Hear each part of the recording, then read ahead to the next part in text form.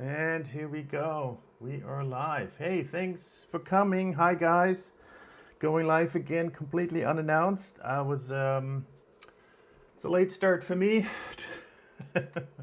I usually get up a little earlier, but today I got up late. Um, so I have a photo session I'm still editing that I haven't finished. Let me try to fix this here. It's LA, the gold session I did with her. I think I did a live about editing it. I'm not sure, maybe part of it, but I never got through all the photos. We took so many, we spent hours in the studio doing normal shots and then gold shots. And gold shots are always harder to edit. So I thought I'll just continue editing these. Um, I took I took this. I had this session last year, so it's been. Let me fix my ads. Fine, whatever. And I still haven't finished all the photos. So sorry, LA. Feel bad. But anyway, so yeah, I'm continuing to work on these. And there is just a ton. Let me just scroll through this real quick just to show you how many photos we have. It's 1900 photos. Of course, I overshoot. I always explain that, and it's kind of crazy. But here's the thing. So I use continuous light, so I don't use flash, which means I can shoot as fast as I want. The other thing is, it's actually kind of difficult to shoot, or to pose, I should say, with the gold, because the gold color it's a mix that I make, and it stays wet because it needs to have that shiny look. If it were dry, it looks like stone. It doesn't look like shiny gold. So it has to stay wet to get that shiny look, right? And that means it's slippery. And it's really hard to kind of do certain poses, all kinds of things you do as a model or as an athlete like she is, who's a cheerleader. It's actually difficult to do because if you just slip a little bit, you're falling. And so even just being on, it's just like, think about you walking on ice. Every move you do is just a little more careful.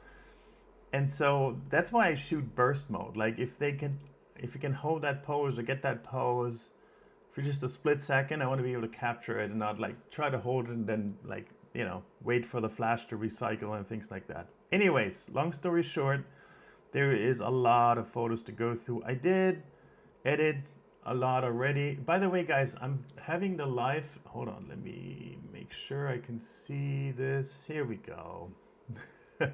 So I have the chat open. So if you want to ask questions about the session, about the equipment, about anything, about the editing, feel free.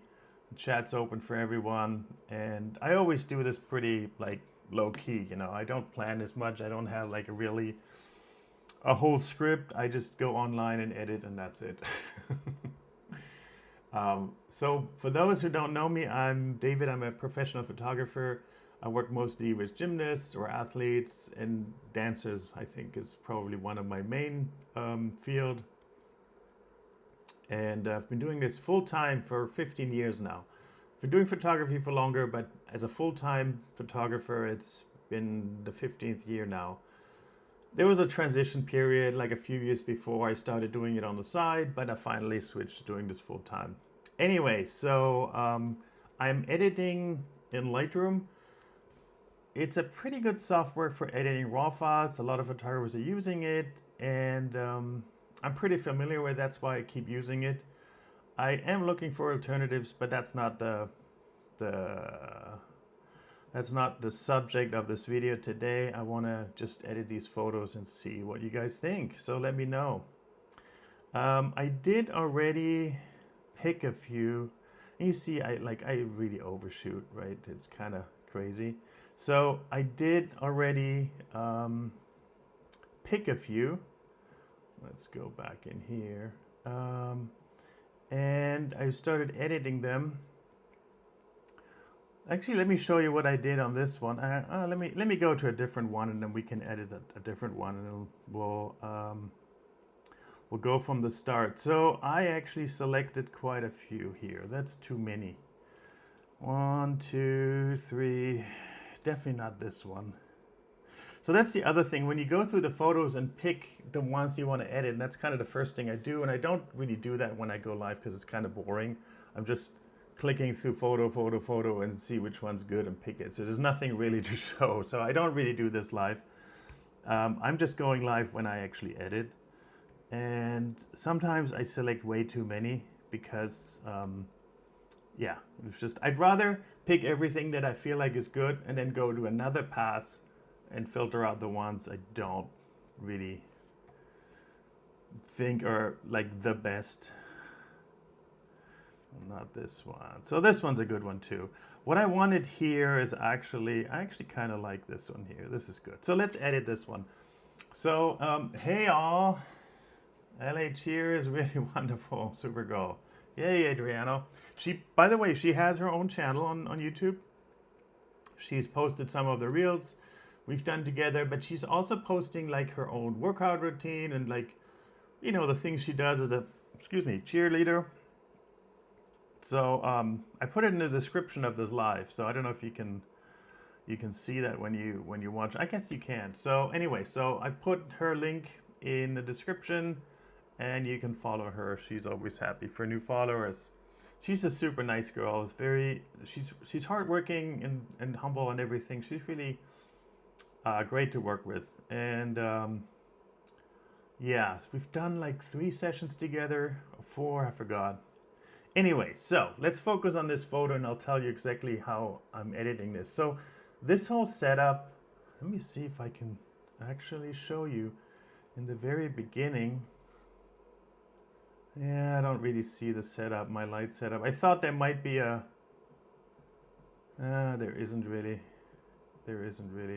Well, anyway, so I thought I could show you the setup of my studio. But I guess we have to wait for the behind the scenes video then. So what I do is I have 4 lights on the side and softboxes, and I have 2 lights kind of like coming as rim lights. You know, it creates these, let me zoom in a little more. You know, these edges, these bright edges, like here and here. That always works well for athletes or body shots because it creates nice lines along the legs and arms and body and just kind of shapes the body. So that's always a good light. So you might have heard it's like the core light or sandwich light when you light both from both sides, and that's kind of what I do, and then plus the rims. I don't have a light from the front. I don't think I need this in this case because the gold reflects so much anyways. You don't really need a fill light. Anyway, so the first thing I do crop. And let me show you real quick. If I brighten this up, you'll see there's still some stuff going on. I had the backdrop here, but you still see part of the studio. We're going to deal with this in a second. So one of the first things I do when I edit a photo, and that's kind of part of Lightroom, it's just when you do the remove tool, the healing brush, it's best to do that before you do other edits. You can do it later, that's okay. The only problem with that is it gets slower because when you do the remove tool, it kind of has to go through all the layers and look what's going on there, process it, and then do it. So it always takes longer. So I try to do it in the beginning, and then when you do a layer, it just, everything goes a little faster. What I don't like, and let me show you here. So actually, let me show you a photo from the front. Let's see. Here's just a regular photo from the front. So, in order to get her to look like golden, I found golden shorts. They're actually gold color or gold material. So you can paint over them and it looks kind of like gold, you know, doesn't, you know, show the one. I couldn't really find a good golden top, right? There is some golden tops, but they're just like very, I don't know, I just didn't like it. So what I did, I found gold fabric that's a little stretchy. So it's the same material that like sportswear is made of. It's the spandex, this flexible, slightly stretchable fabric. And I just bought a few meters of that. And so what we did, we cut out a piece, like kind of a ribbon, wrapped it around her, and then tied it in the back. So we created a tube top, right? And that's what we have. Let's see, it was this one that I wanted to edit, right? So you see the knot here in the back. Let me zoom in a little bit. And I don't like that, right? It looks like we made that top on the spot, which we did. So what I do, I go in, use the remove tool, and I use the AI option because, and I'll show you what it does. It's actually really cool. So when you do it like this, right, I'm still leaving these areas out. This is fine. So what the AI is trying to do is trying to kind of merge it and then come up with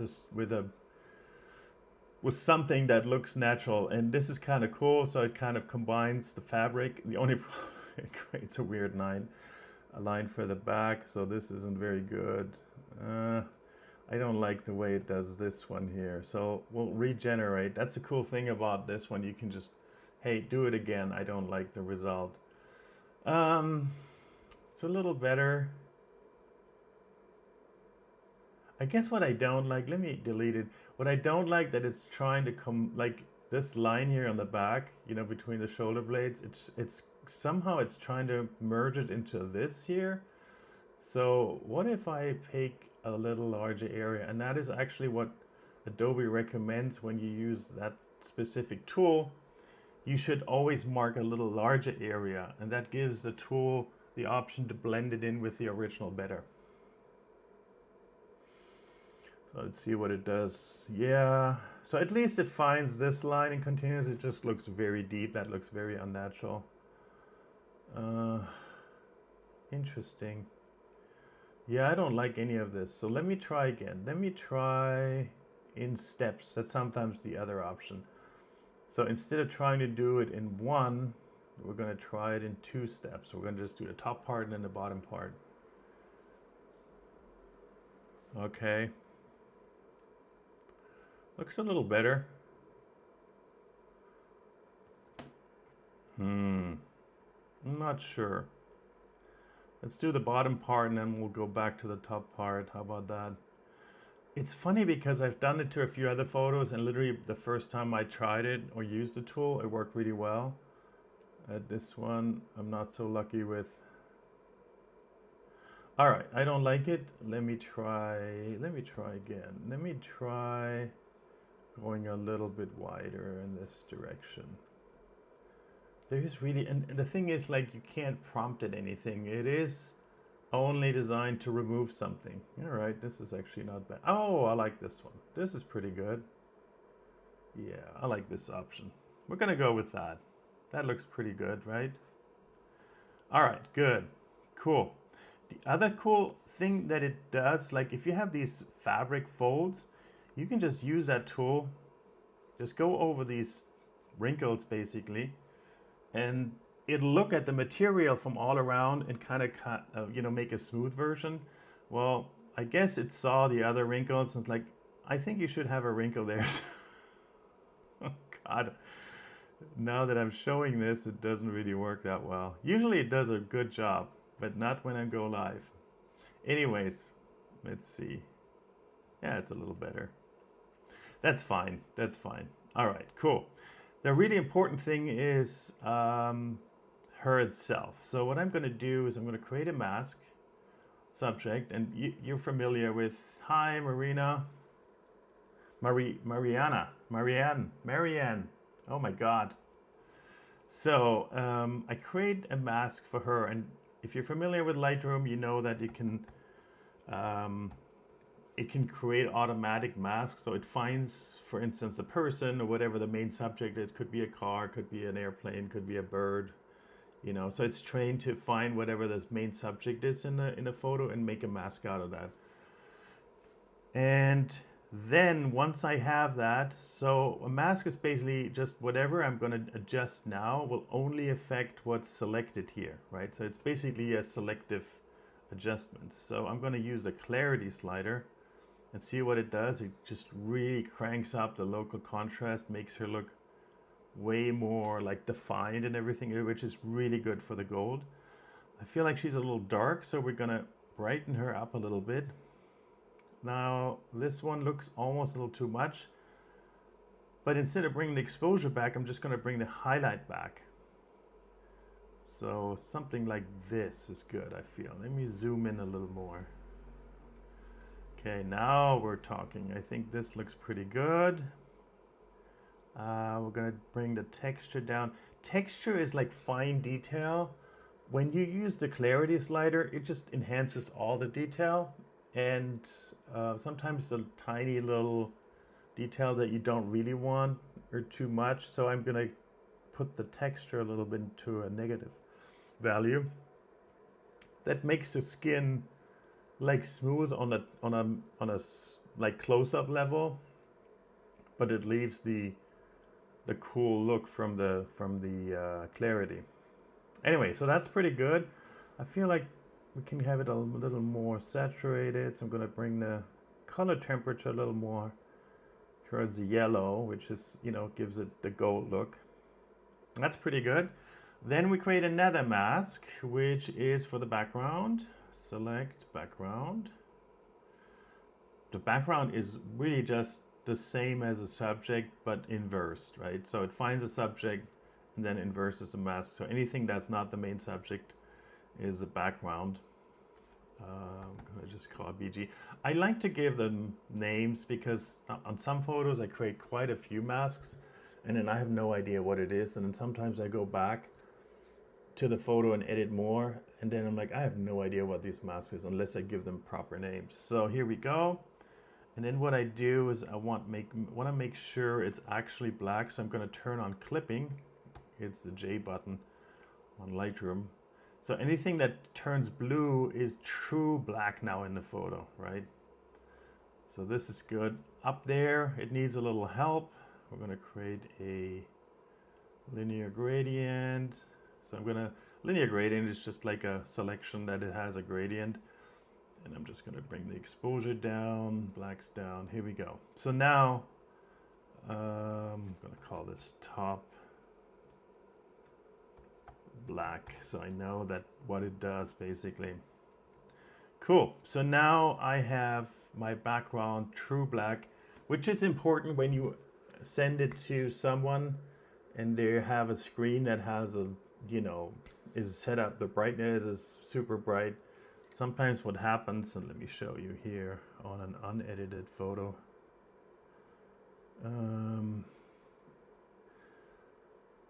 So even if you, hold on, let me go to thing. So you might think, okay, this is black, but it isn't, because sometimes their monitor, whatever, is set up brighter and all of a sudden it shows up, right? And in order to make that disappear, you want to have the background true black, right? And that's what I did with this one, with the background and this top mask. I just set everything to like be true black. I've had that issue once. I was doing prints for an exhibition that I did many years ago, and I didn't check it. I thought it was black, but it wasn't 100%. And the printer was so good that it actually showed the small definitions of what was still left in the background. I'm like, ah, shit. So I had to re-edit the photos and reprint them. That was kind of a learning experience because that was expensive. Okay, so the next thing, I'm gonna just create a little mask, a ramp here for the brown, and then bring the exposure down. You see what it does? It just kind of like makes a gradient to dark on the ground. I don't know, I always like that for photos. I'm gonna call this ground. Here we go. And that's pretty much the basics I'm gonna do on this one. Pretty happy with this. There's a few small things, and I don't want to spend too much time on it because it's kind of boring, and I'm not sure you guys are interested in actually seeing that. There is like her bun is really well made, but there's always some stray hair. Nobody likes that. So I'm gonna use a brush, and I'm gonna take the brush and make it all black. And that's the beauty of shooting on the black background. So now I can just use a black brush, and start painting those stray hairs away. Let me see why this isn't. Actually, it does. Let me see. Feather, 50%. So that's all I do. I just paint those away. And I'm not sure why some of these areas are not painted away. Like, see, like it leaves some little specks. Why is that? Let me double check here. Usually when I paint with a black brush, it should just make everything go away. That is strange. It should. Density is 100, feather is 50, size. Auto mask is turned off, yeah. It should really just bring everything down to 0, but it doesn't. Okay, let me just update the mask real quick here. Update. Nope, that's not it. That is strange indeed. Usually it works. Maybe they changed something. But I'm not going to spend too much time fiddling with the small details. Before I finish and send this photo off, I would just look through every little detail here and edit out like small little things. Like, you know, there's a little fold basically. Hold on, like this here. And that's an easy one to kind of fix here with the remove tool, and then like dots like this. Things that stand out to me a little bit, you know, like there's a little bit. So we used a brush to paint her, and then I use cheap brushes because, you know, I throw the brushes away after the session because they're full of this gold paint, and it's not worth washing them. And sometimes they leave, like some of the bristles break off, and then they, you know, they stick on the skin. So yeah, I look around and see if there's anything like that I need to do. I think in this case there isn't really. Oh yeah, that's another thing. I should do that actually. So that's where the generative AI brush here. I mean, it's supposed to only remove things, right, that you don't like. You can't say make something. You don't have a prompt for this one, at least not in Lightroom, right? You have that in Photoshop, but not in Lightroom. It's only supposed to remove anything. But it actually works really well. Like here on the bottom of her feet where there is no gold, you can use that tool, and it might mess up completely, but we'll give it a try. Sometimes most of the time it creates a perfectly golden bottom of the foot. I mean, like, how cool is this? So this is the before and this is the after, right? This is awesome. I really like that feature alone. Is just a lifesaver for me as a photographer. There's things you can't, like when she's on the ground walking, of course the sole of her feet will always have a little bit less gold because she's walking on it. You can't just constantly paint the bottom of her feet in the session. You wouldn't be able to get any photos done. So here we go. This is before, this is after, right? Really like that feature. Anyways, hi Maria, thanks for coming. Thanks for stopping by. Let me guys know where you're from. I always have a very international audience, which I absolutely love. Because I'm very much international too. My mom was asking me the other day, how many countries have you visited? And I didn't really know, so I wrote it down, and it ended up being 30 countries. So, and there's like 2 more I'm gonna go to next week. So, keeps growing, loving it. I think there's over 190 countries in the world. I don't think I'm gonna be able to do that in my lifetime, but that's okay. Alrighty.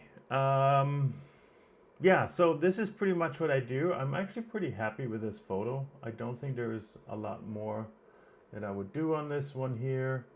Again, there's small little things I might edit, but I don't want to kind of like spend too much time on it. Let's move on and get a few other shots edited that are more interesting to do.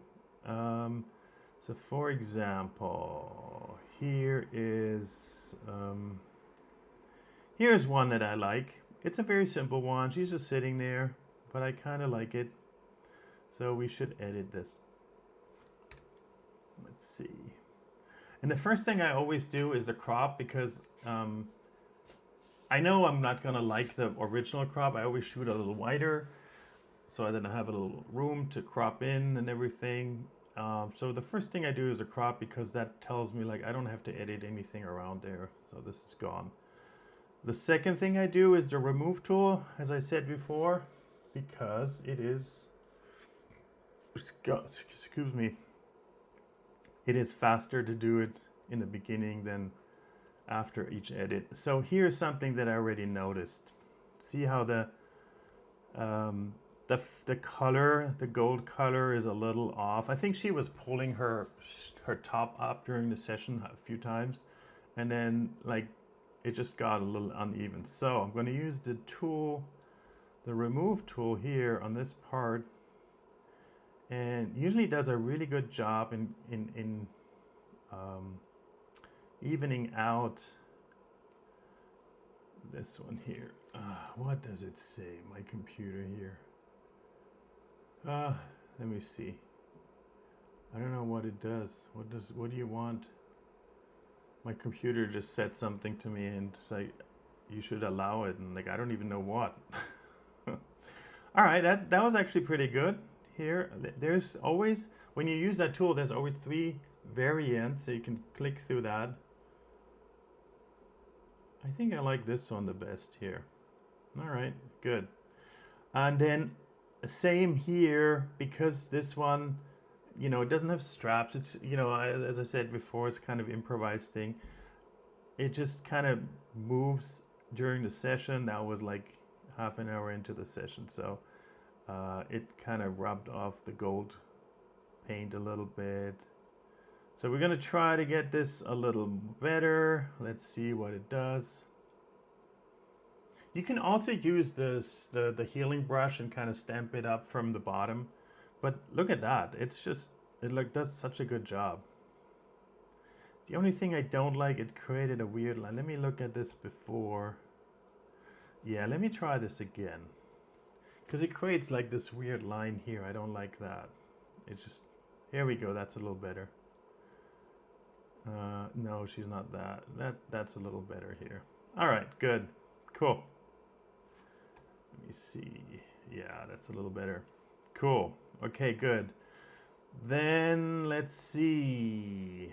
Is there anything more I need to edit in terms of like the remove tool?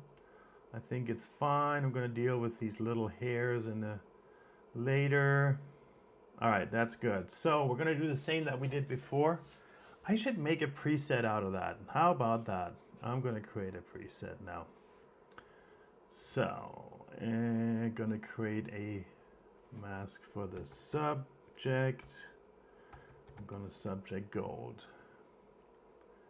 Clarity 100%, texture about -20. Those are values I just know work, so I'm just going to put them in right away. Next thing, a little bit more color temperature, brightness. Actually, she's very yellow now. Let's brow this down. So I'm going to bring the brightness up quite a bit, actually a little too much. So now she's like some areas are kind of like overexposed, but I can take that down with the highlights. And now it looks really good. This looks really good. Okay, good. And then I usually like to do the shadows a little bit because sometimes some parts of the gold looks very dark. So bringing up the shadows helps with that a little bit. So like this. You don't want to bring out the blacks. It makes it look washed out. Leave that alone. The whites are just basically the same as the highlights in this case. All right, that's pretty good. Next thing we're gonna do background. So everything else, we're gonna bring down the blacks a little bit here, making sure the background clips. That's good. Okay, and I'll call this BG for background. Let me know if you guys, let me know if you have questions. I'm here to answer questions. I'm just editing and blobbing while I'm doing my work here, but I'm happy to answer questions if you have. Okay.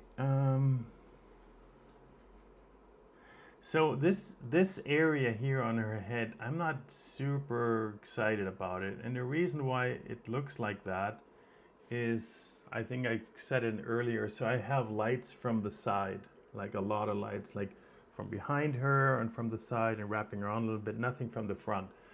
And so what it does, it creates very good, like it's really good for overall for the body, that light, right? It makes her her legs and arms and absolutely come out and everything. It looks really good. But on the face, just this area is not that good. So I don't want to put in a front light in on my set because it would ruin the look for everything else. So I'm just going to deal with this in post, and I'm going to try to again use the generative remove tool, because what it will do, it will look at it and say, okay, I should probably like I'm making this up, probably replace it with the rest of the skin to kind of match, right? And hopefully that will happen. Ooh, interesting. We created like a avatar look. All right, that looks a little better. Yeah, that continues the nose all the way to the forehead. So here's the problem with a generative AI. It doesn't really, I don't think it is aware of what it is actually doing. Like, you know, I don't think it understands this is the face, this is the forehead. Yeah. All right, this is a little better.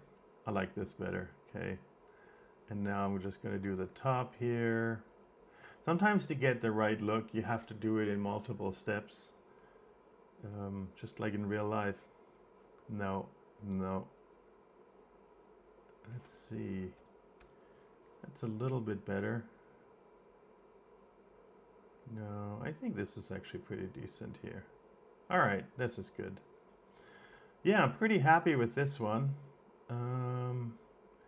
I wish this part of the leg had something dark in it. What if I'm gonna try this? I don't know if it's gonna work, so you can watch me try and see if it works or not. So I'm gonna take a brush and set it to darken the exposure. I'm just gonna oh, that actually worked really well. So let me show you the difference. So it's just the leg. Yeah, actually that's pretty good. Yeah. Let me show you the difference real quick here. It just lost a little bit of its definition, the leg here, by just adding this darker line. Yeah, it just gives the whole leg a little more shape. All right, let's see if that works as well here. Actually, that works really well. Nice. So that's an old trick. It's not like I didn't make this up, but you can use an airbrush. They used to call it airbrush because of the way the original ones, they had an actual airbrush using it on photos. You can use it to shape or create like highlights on a body, on a photo, in areas where you wanted. So for example, let's create another one. I'm gonna call this darker lines, okay? And then now you can create another one, brush. I'm gonna call this new brush. All right, I'm gonna call this bright lines, okay. Let me erase that. I don't want that there. This, I just did it to have a brush there. So now I'm gonna take it a little smaller, and now I'm gonna take it to 2, almost 2. What I'm gonna do is flow to maybe 68, something like that. I'm gonna brighten up like some of the abs so that they come out a little better. I think I can actually bring the highlights up a little bit. See what I've done here? It's just, I'm just enhancing basically some of the shapes with that light, with that line. And you can use that anywhere. If you use the flow, it basically, when you do a brush stroke, it doesn't do 100%, only does 70%. And then the next time, another 0.7 basically. So you can brush over a few times to get to the final look of that. There isn't really dark areas to do that, so, but I think it works really nice here. There we go. Cool. Alrighty. Yeah, I'm pretty happy with this one. Pretty happy with this one. This is pretty good. Now I wanted to create a preset. I don't know if I should. For at least these two, I can do that. Yes, so I'm going to create a preset. I'm going to call it gold body. Okay, so we're going to check none. We're going to just do these two. Create. So what I've done now, I created a preset that I can just, if I click on this one, it just creates an item here in the list. When I click on that one, it automatically applies all the settings I just saved. And what I saved is this one, her, and then the background. Not these, because these are specific to that photo. These one should work automatically. Okay. Hey, Marcimo Maglocky. God, I am terrible with names. Sorry. Thanks for coming. Sorry. One thing I forgot, I just noticed here the folds in the fabric. Let's see if we can get this a little better. So I'm not going to remove it, obviously. I'm just going to... Sometimes it's so slow. I'm just going to go over and see if it'll take out the wrinkles a little bit. So it looks a little better. Let's see if it does it. It might not. Let me see if I like that. Actually, that's pretty good. Yeah. I don't want it to be perfect smooth because that doesn't look realistic. I just want it to have less of that, you know, with like wrapping over. It was like folding over. So yeah, that's pretty good. All right, I'm happy with this one. Awesome. So now what we can do, we can take this one. This is basically the same shot I just told her look over to the side, which actually creates a nice light on her face. I really like that. So we're going to take this one and apply it to this one. And I'm going to do everything, not the remove tools and not the lines, just this too. Let's see what it does. Here we go. So we got a good starting point because it's using the same settings for her. Honestly, I feel like it's a touch too bright overall, like this. I should do the same on the previous one, to be honest. No, it's fine here. All right, this is pretty good. Let's do the crop a little more here. Yeah, guys, let me know if you have questions. I'm happy to answer questions. So let's use the remove tool here for a few of the things here. There's a little color dripping down. Same here. For these simple ones, I just use, this didn't work well. I just use the healing brush. It actually is just fine. You don't need the other tool. It's kind of overkill in many situations because it takes longer, it takes processing time. And this one works really well. So just going through the face. That's the one thing you're going to look at the most. So I'm going to pay a little more attention here. There we go. So the advantage of using the healing brush over the remove brush is that I found the remove brush often just makes it soft and blurry. It just like tries to create something soft and puts it in place, and that's not always the case. Especially here, there's a lot of texture on her face and I would lose that. And if you use the healing brush, it just uses the clone and then kind of blends it in, but it remains the same texture, which is actually really cool. Here we have the same problem like in the other shot. Let me zoom out a little bit. It's like uneven. This is something where you definitely want to use the AI-based thing. It really makes it smooth and look better. Okay, something like that. Let's see what it does. How are you guys doing today?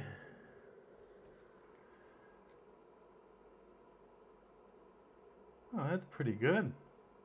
Just going through the 3 options. It always gives me 3 options. I feel like this one's the best. Look at the before and after. What a difference. Like this is all patchy. You can tell like the color is kind of like wiped off and stuff in here. This is good. We're going to do the same down here because, you know, as I said before, the top kind of slides up and down as she was moving. So we are going to replace that skin with a more golden looking one, hopefully, if the tool works as intended.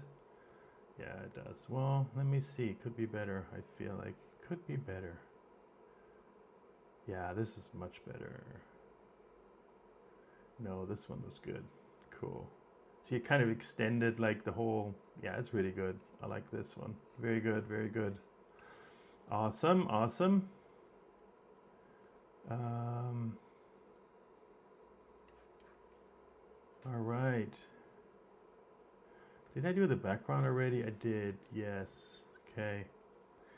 And then I'm gonna use the dark tool again. Oh, actually I wanted to get rid of these, what is it called? The folds, the fabric, the wrinkles. Let's see if it does that.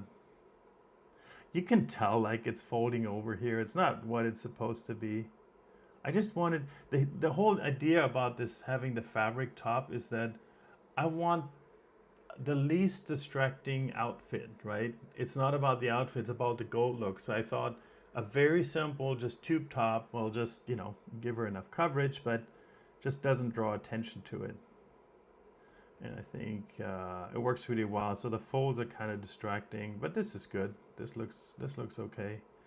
But if we try get a little more gold look here, I don't know if it's gonna help.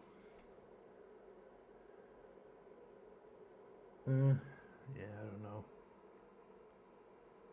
Yeah, this is better. Cool. Yeah, much better. Alrighty. Now this is good. I'm happy with this one. Very good. I'm gonna give her eyes a little bit of a push. That's good. I noticed when you do a gold shoot, the eyes tend to look darker than they actually are, and it's because when you put the gold paint on the skin, it reflects a lot of the light because it's reflective, it's shiny. So basically everything, the whole body, the skin, everything is brighter now because it reflects more light, which means the eyes, which stay the same, look in relation to that, look too dark. So I always add a little bit of I make the eyes like help them, make them a little brighter. And then I'm gonna get rid of these little tiny hair here. What if we use this one here? Okay. Yeah, I don't know. Let's see. No, get rid of it. Yeah, I'm not going to deal with this. This is kind of the boring part. I don't want to bore you with like me, like using the stamp tool on little things here. It's kind of boring. So let's pick a few more to edit. This is actually one of my favorite poses here. This is really cool. Let's edit this one here. And there's still so many photos I need to edit. This session, like we've taken so many photos and I've never really edited them. So all right, so we're gonna use the gold body preset I just made. Bang, and we're in business. I feel like it's a little bit too bright. Let's bring it down a touch like this. And we're gonna update the settings. Nah. Oh. Let me think. No. None, just these two. All right, good. Okay. Alrighty. Here we go. This is good. Background's good. Loving it, loving it. I need to drink more. I'm still cooked after yesterday. What did you do yesterday? Admit it. All right, good.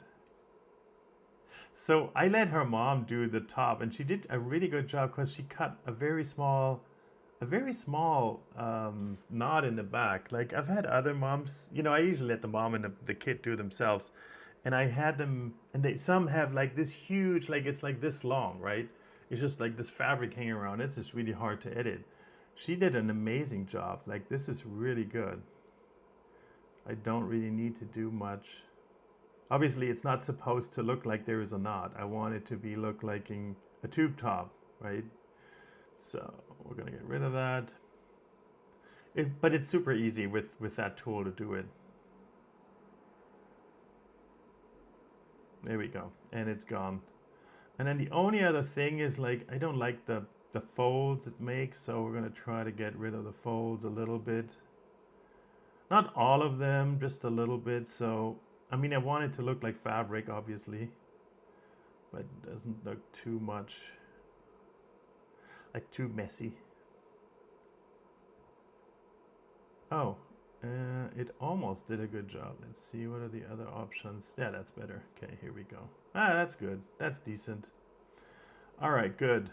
Let's zoom out. Maybe we can get rid of this one here. Let's see if it does it.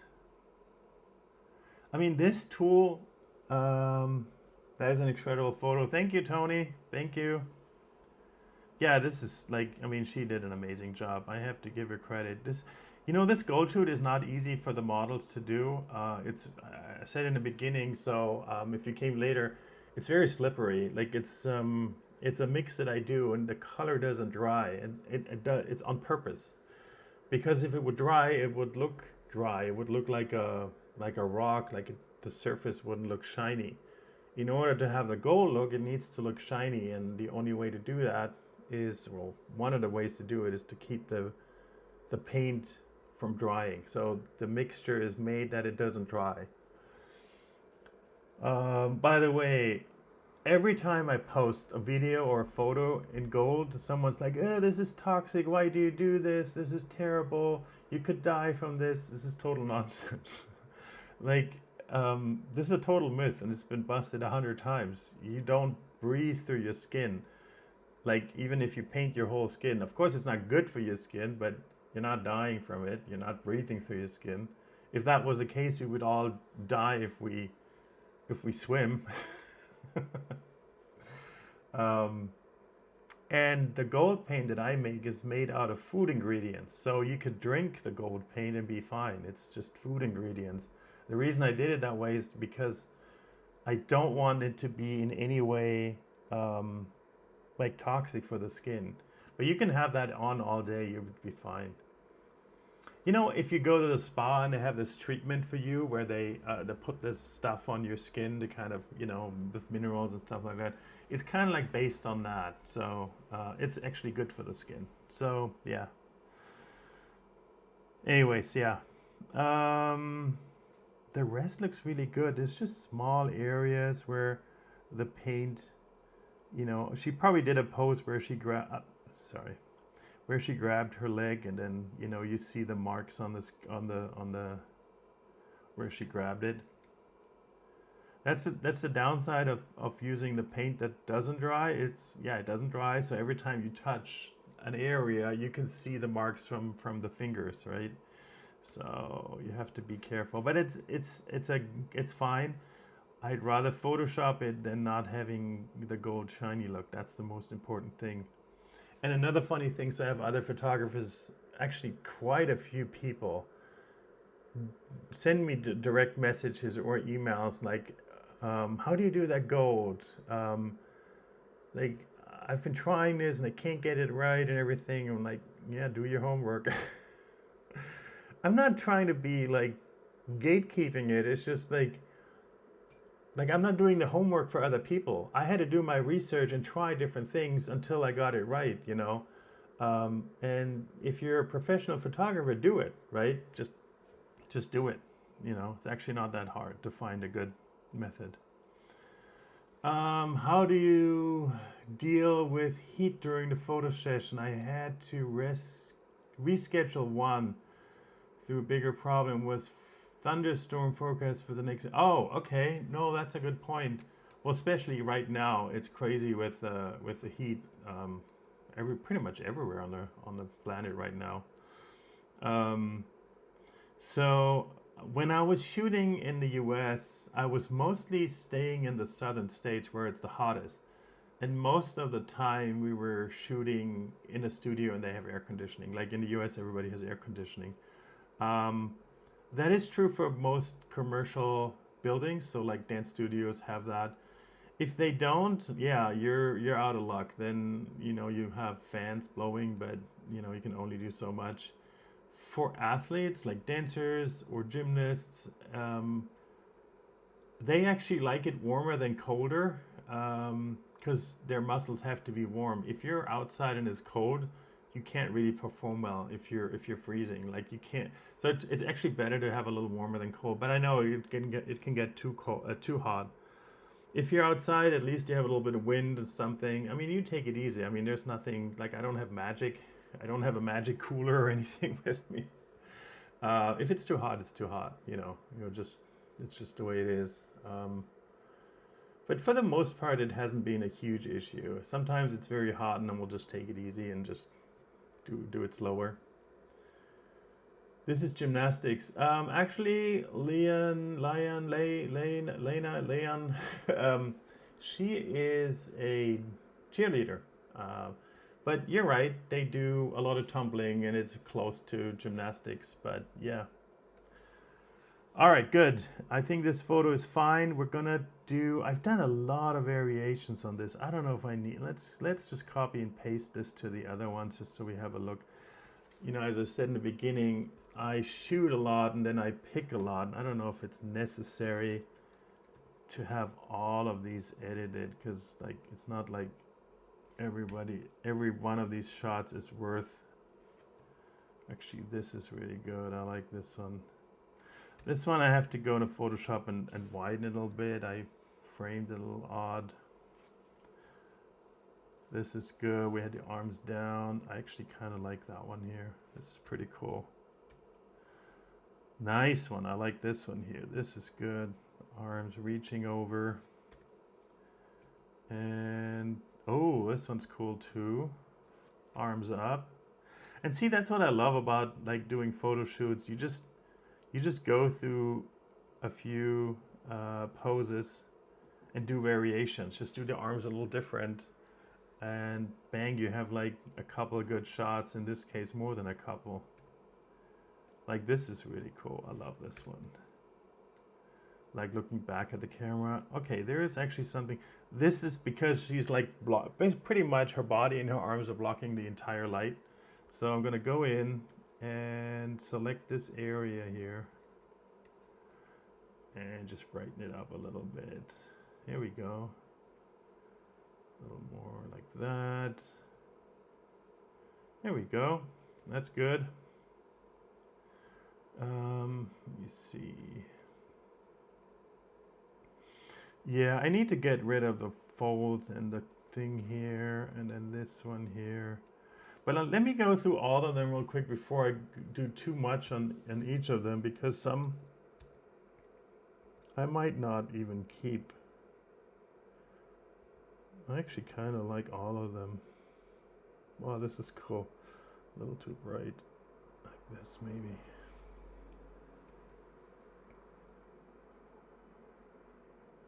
Yeah, I actually like all of them. Yeah.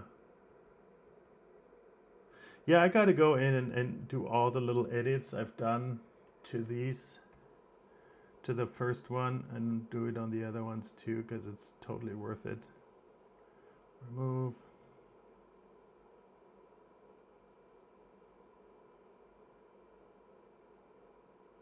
Okay.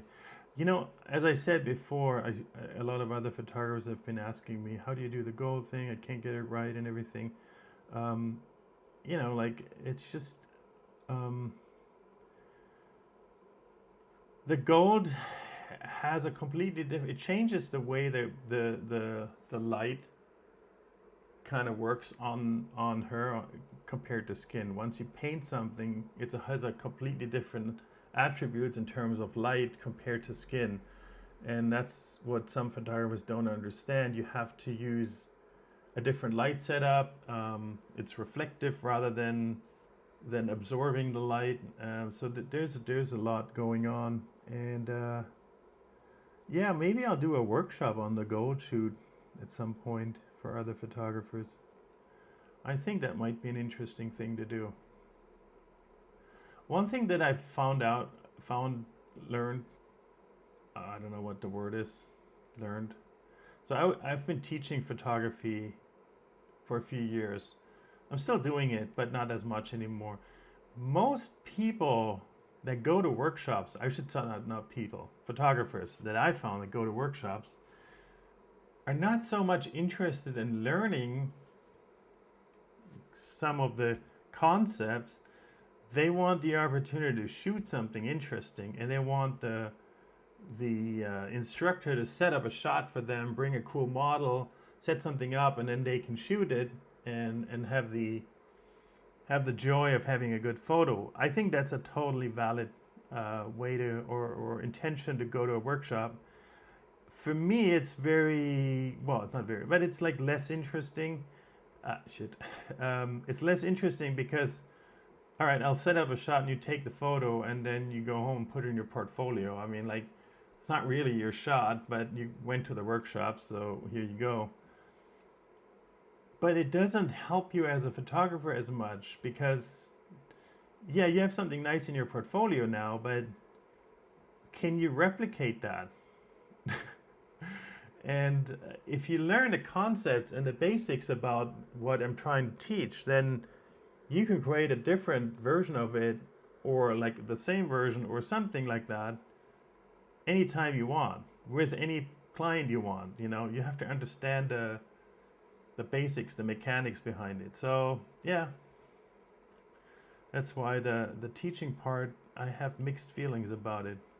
I've had a lot of one-on-one workshops or like mentorships where people like, I want to learn just from you, just like a one-on-one, and those have been the best because those people really wanted to learn, and they were literally like, most of the time we didn't spend shooting. The photos we got weren't the greatest. It was more the learning experience, and they were all super happy because they really wanted to learn something rather than getting a good shot. How many mixed skills do you get? I mean, combinations like a dancer or a gymnast or a jazz dancer and a ballerina that may have different poses, guidelines, and section depending on the mode. Yes, absolutely. That's a very good point. I have quite a variety of skills and talents that I'm dealing with. And when it comes to dance and ballet, I have a decent knowledge, so I can help them and also help them with poses.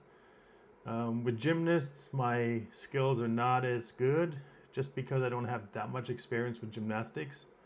I don't know all the terms, so it's more on them to come up with the right poses. Cheerleading is different as well, but they're all similar in the way and like not exactly what they're doing, but it's similar. There's a lot of similarities, so I feel comfortable shooting all of that. What I don't shoot, for instance, is baseball or football or other things that just are completely different sports. I don't know the rules. I don't know what's important. I don't know what they're looking for. I'm not sure what makes up a really good skill for some of those sports because I don't really understand it. And so I feel like I'm not good at that. That's why I don't do it. A photographer isn't a good photographer in everything. Like food photography is something I couldn't do really. I mean, I could learn it. I've done some of it, but it's just not my specialty, right? And it's the same with an athlete. They might be super fit, they might be strong, they might be fast, all these things. But if you learn gymnastics, it's a different skill than cheerleading, right? You would have to relearn and adapt, right? And if you're a gymnast and you have to run, for example, or swim, that's a different skill set. You're still strong, you're fast and everything, but it's not the same, right? And so it's the same with the photographer. Yes, you have the photography skills, but I think it's important to also understand your subject to a good degree, that that you know where to position yourself, what's a good angle, what's a good moment, what are they looking for, right? So yeah, it's important to know. Okay, here, we're gonna go through this one by one, do these little edits, and then I can send her those photos, because she's been asking about these. I did send her quite a few already, but sorry, LA, I know I'm slow with this one. It's just been, oh God, this thing is slow. I've been using the brush like 5 seconds ago, 10 seconds ago. It's still trying to, oh my God. Sometimes Lightroom is so slow. Anyways, Dark Gaming, hi, thanks for coming. So if a dancer trains football and wants to include it, you limit only to customers, but without football specific poses or movement. I've never had a ballerina that wants football shots, so I'm not sure. I've done photo shoots with dancers that had other skills, and I tell them, like, I'm not really experienced with that, and it's fine, and then tell me, like, no, this is what I'm looking for. It's not like we're talking to each other, right? They look at the photo, I show them the photo, is this what you want, is this what you want? If I'm not sure, I show them. That's the best way to do it. They know what they're doing and what is their skill. So if you show them the photo, then sometimes what they say, nah, this is not good, let me try again. And then I stop them, like, okay, wait, tell me what is wrong about this and what do you want to change, so I understand it. I want to learn too. And then they explain it, like, okay, this is what I'm looking for. Okay, I get it. So yeah. And there's certain styles of dance where photography really doesn't do much. For instance, tap dance. Tap dance isn't about poses, it's about rhythm. It's about hearing the tap shoes on the ground, and they're not doing much in terms of poses, right? Doing your arms up, down, left, right, that's it, right? They're not doing a lot of posing, not visuals. It's very much an acoustic and rhythmic thing. So yeah, there's that. Alrighty, next one.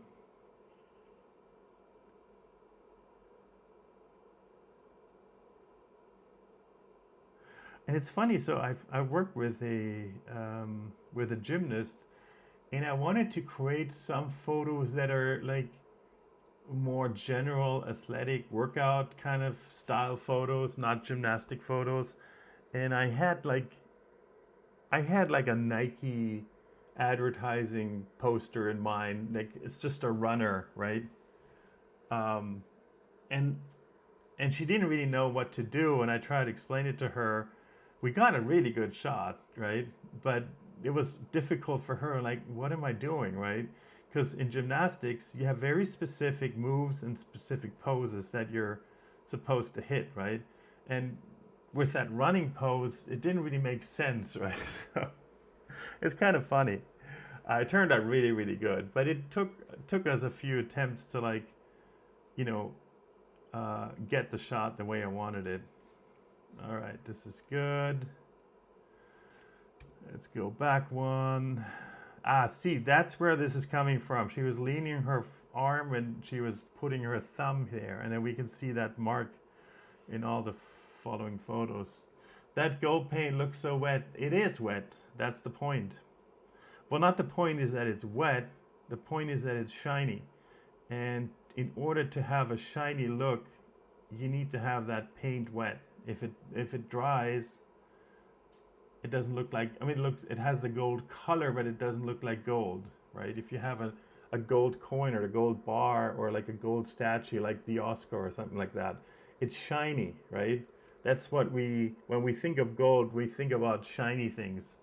So that's what I'm trying to do here, and that's why I'm using a paint that stays dry. Sorry, that stays wet, not dry. I mean, eventually it will dry. It just takes a very, very long time. You know, like it would take weeks or months to kind of dry. So that's the point of this to get the shiny look.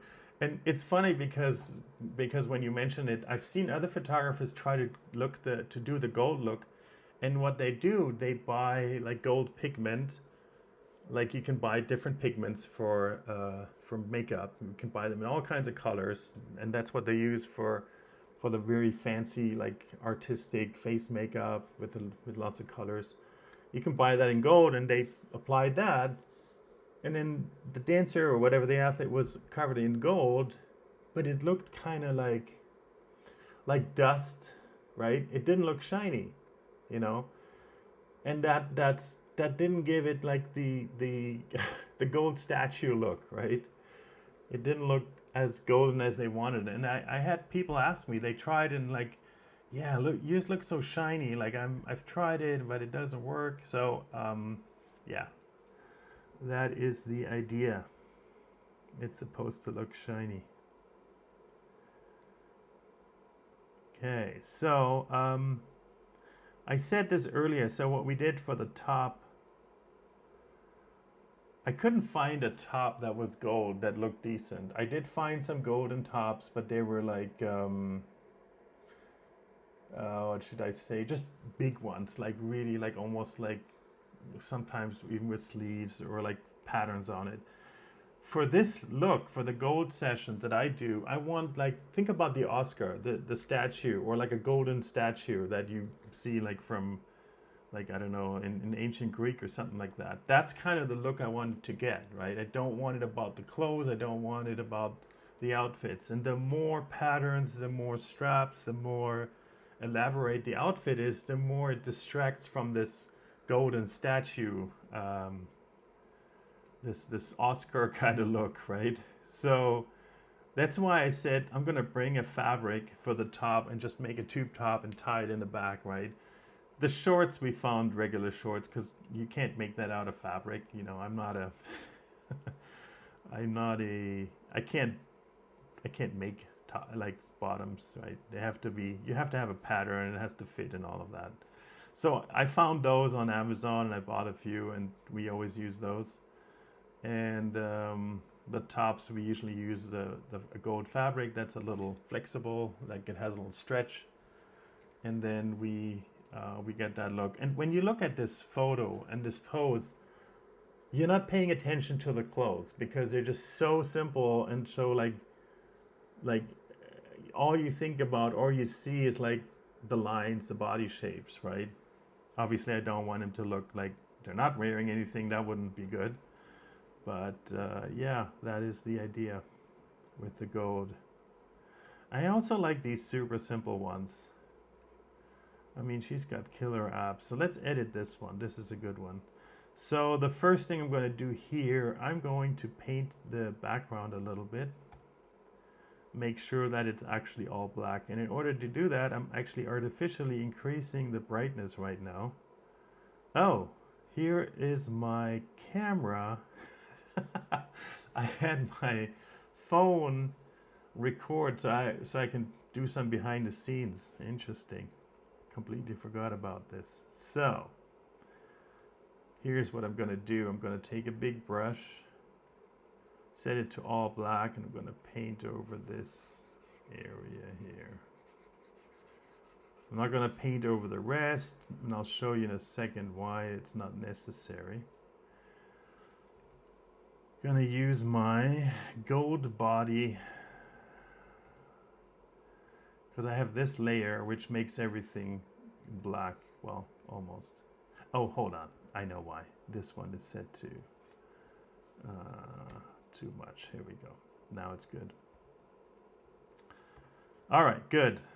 So this is pretty good. Now she looks great. Let's see.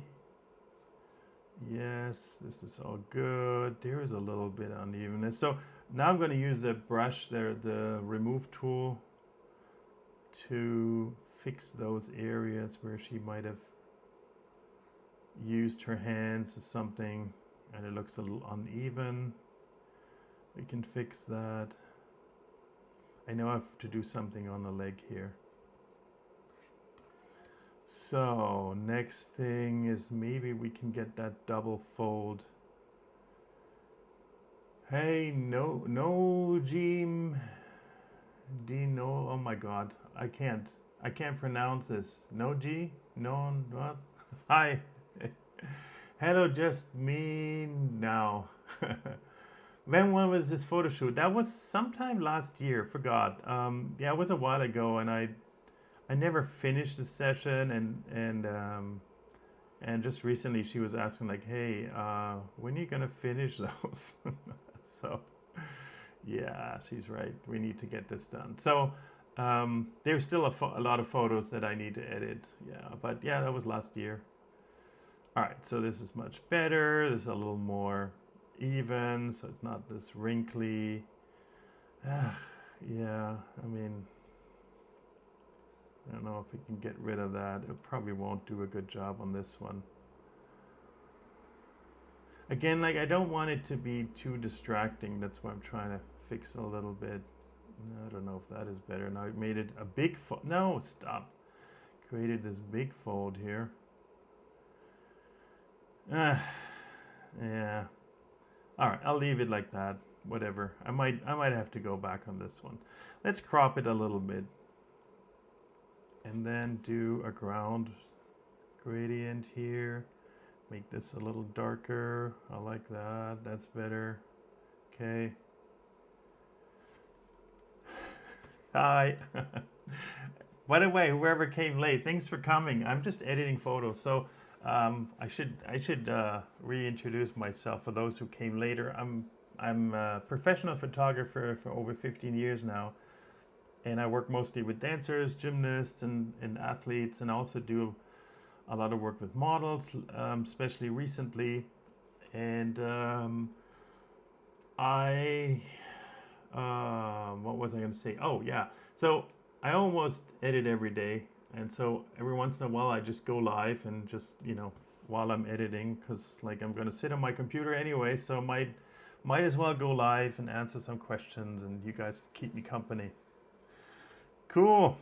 So this looks good. This looks good.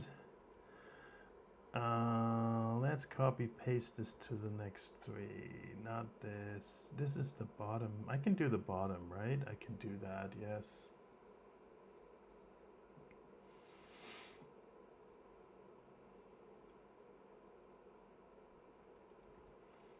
All right. Your early bird, then editing at this hour. Right now I am in Europe, so it is actually. What time is it now? It's 2 o'clock, so it's not too early. I did get up kind of late though, like 9:30 or so. Ugh. All right, I like this one. This is really good. The eyes need a little bit here. I said it before, so when you shoot a gold, when you paint someone in gold, the skin starts to reflect more light than, like the gold reflects more light than the skin. So overall, everything gets brighter, but not the eyes. The eyes are not painted. They stay the same brightness. And so they tend to look a little bit darker all of a sudden when you do a gold shoot. I noticed this quite a few times. So what I do is I pick the eyes and make them a little brighter to kind of match the much brighter gold look. Oh God, this is terrible. Yeah, no. No. Oh well. Cool. I think this is okay. Let me see. I've done a few. 1, 2. I like them all. Yeah, that's good. Yeah, that's good. Let me make sure this is not crooked here. I like to, let's bring this down. Let's bring the highlights a little up. Get a little more shine on her. Which topic would you recommend learning before shooting a gymnast or ballerina on a professional level? That's a good question. Um, I always come back to the homework. Do your homework. So everything that is photography related, like exposure, how to process your data, how to set up your camera, how to set up the white balance, what shutter speed is good. Like all these things, you need to have that. That's part of your job as a photographer.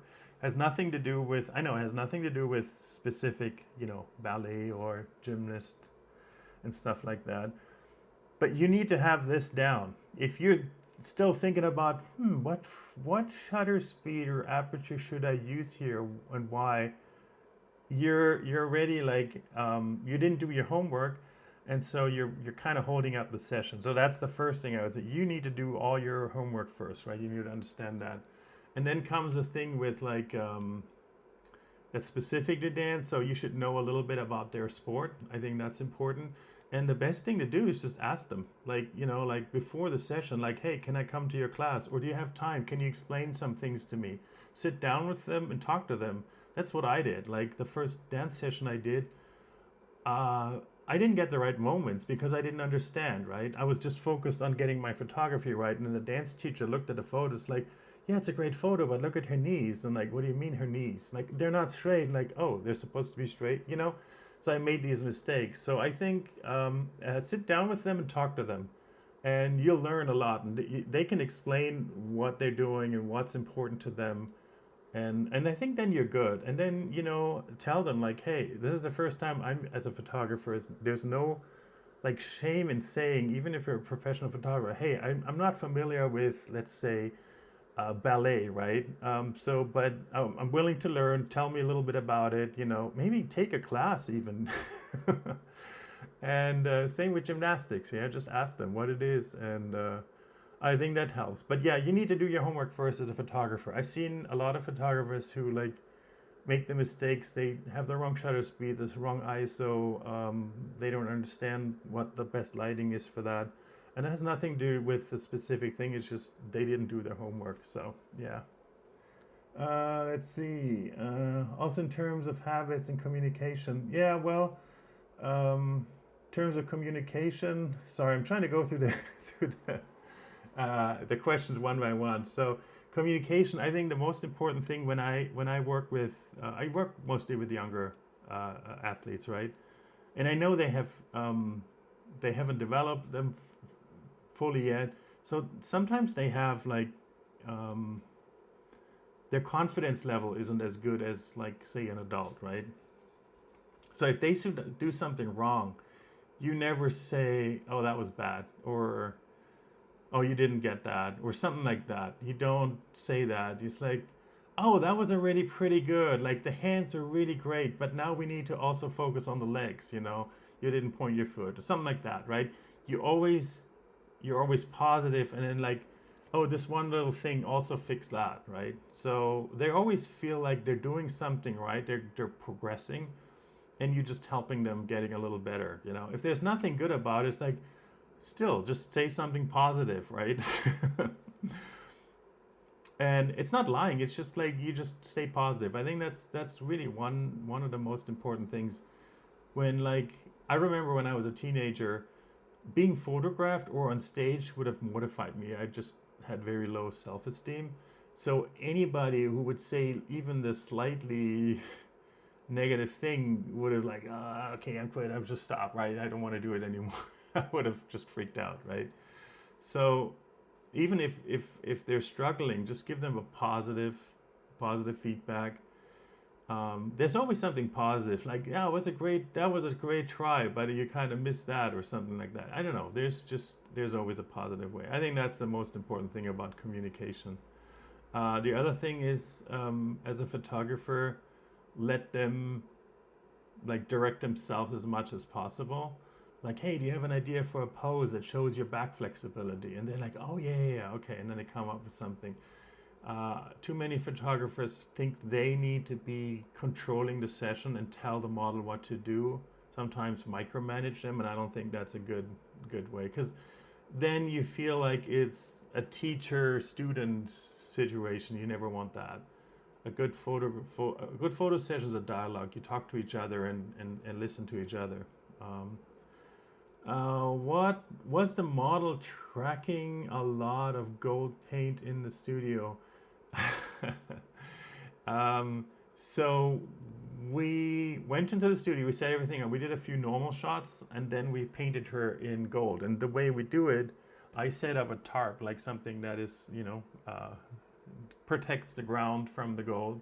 And then we painted her gold in the studio, right there, right next to where the spot is, like a little bit over was that tarp where she was painted. She just walked over, we did some photos, and that was it. And then when at the end of the session, she walked over back to the tarp, and she wiped herself down with towels and whatever, and she can wash her face. But like, you don't walk around in the studio, you don't go to the bathroom, you don't go out and get something from the car and everything. You stay in that spot, because otherwise the gold gets everywhere, and it's really hard to clean, especially after this one. I think we cleaned an hour, literally an hour, to get the studio back to normal. It was a lot of work. So yeah. All right, Lulu's great. Well, thanks. Hi. Sorry, I'm kind of I was trying to answer a question. I'm always very long-winded when it comes to answering questions. Sorry about that.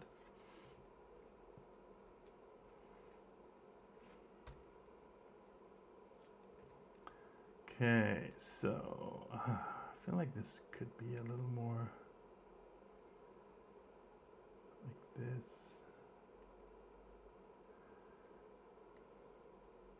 And eyes. Okay, the eyes. Oh, look at that. I don't know. It's just from her pulling her top up all the time. That's what it is. Yes. So you see all these fingerprints here up there.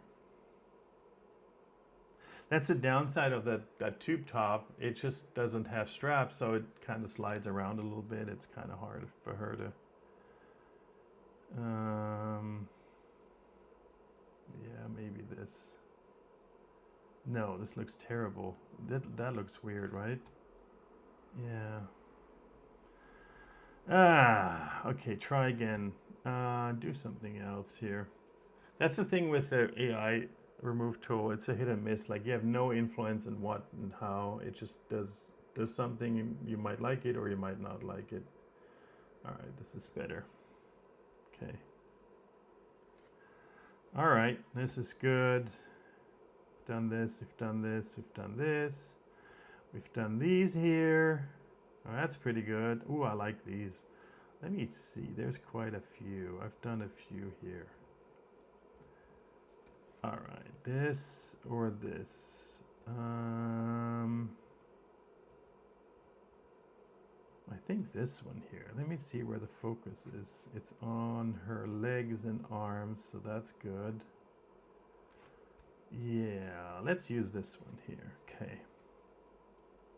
So I'll start with a crop again. Make sure she's centered and everything. Like that. Then we're gonna apply. You're an amazing photographer. I wish I was half as good. Oh my God, thank you so much. Thank you. That's nice. Thank you. It's like there is just well, first of all, thank you. But like there's certain things I can do and there's other things I can't do. Like, I'm not a good landscape photographer. I'm not a good sport. Like there's a lot of things I'm not good at as a photographer. But here's the thing: you don't have to be good at everything, right? It's just like when you're a good athlete. It doesn't mean you can do all kinds of sports equally. You train for one thing and you get really good at that. So, gold body. Here we go. Pling. Ooh, I love this. I really love this shot. This is so cool. Let's bring this one here down. See, I don't know. I really like how, like, this, just like having the gradient to dark really helps the photo. I don't know what it is. It just brings the attention back to the main subject. This is really cool. I really love this. There's very little I want to do to this shot. There's very little editing I need to do to this shot. This is awesome. Yeah, this is good. I think I can leave it as is. What do you guys think? There's not much to do here. So we're gonna apply this to the next few photos as well because it's gonna work. I know it's gonna work. I need something to drink. I don't have anything here. Okay, here we go.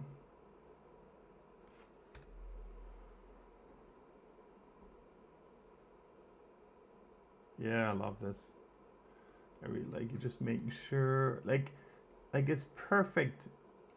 Like there's no, like some people that I work with when we do the gold shoot, it feels odd to them, right? They just feel a little awkward with the gold on there when they start like rubbing themselves, like just because they're nervous and stuff, right? And then you see it all over the place. She was just perfect. She was just, I told her that, and she's just an amazing model. Like she's really, really good in front of the camera, and she understands that, you know, for something to look good, you have to kind of like, you know, there's certain things that she has to like do, and in this case was not rubbing her hands all over it. Okay, getting rid of the gold steps here a little bit. It helps a touch. Do you have a website where you can see your work? I don't have a website anymore. I got rid of it a long time ago, like 6 years ago or something, or even longer. It's kind of a funny thing. So I had a website and it stopped working. I'm like, oh shit, now I have to fix this. I'm like, yeah, whatever. So I kind of like put it off and like, yeah, I'll fix it sometime. I was very busy, so I'm like, all right, I have enough work, right? It's not the most important thing right now. And then like a year passed, and I'm like, nobody goes to my website. Nobody goes to a website anyways, right? Everybody is on social media. And especially in the dance world, especially in the US, people just talk to each other, right? So like if I took photos of a dancer, they showed all their friends in their studio, and then like some of them were like, oh, I want photos like that, and then they reached out to me and they said, well, yeah, they're on he's on like on Instagram or he's on YouTube, right? And then so that's where my portfolio is. It's online on social media. Why do I need a website? The only person that goes to a website is maybe like grandparents.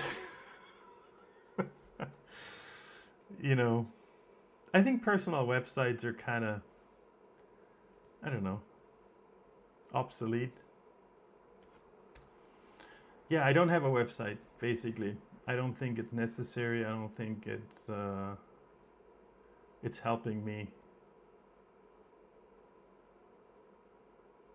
Well, here's the thing. Someone might go to a website once, right? And it's like, oh, what's your website? And they go and like, oh, there's a few photos of him. Well, I've seen this one on his Instagram, whatever. And then that's it. And they don't come back, right? They don't like come back next week or the next day and say, oh, let's see if he uploaded a new photo on his website. Nobody does that, right? So you visit once and then that's it. You might look, oh, what's his prices or something like that, right? And on Instagram, every day people go on Instagram anyways, right? And then one of my photos pops up. So they see my latest work all the time. So, yeah.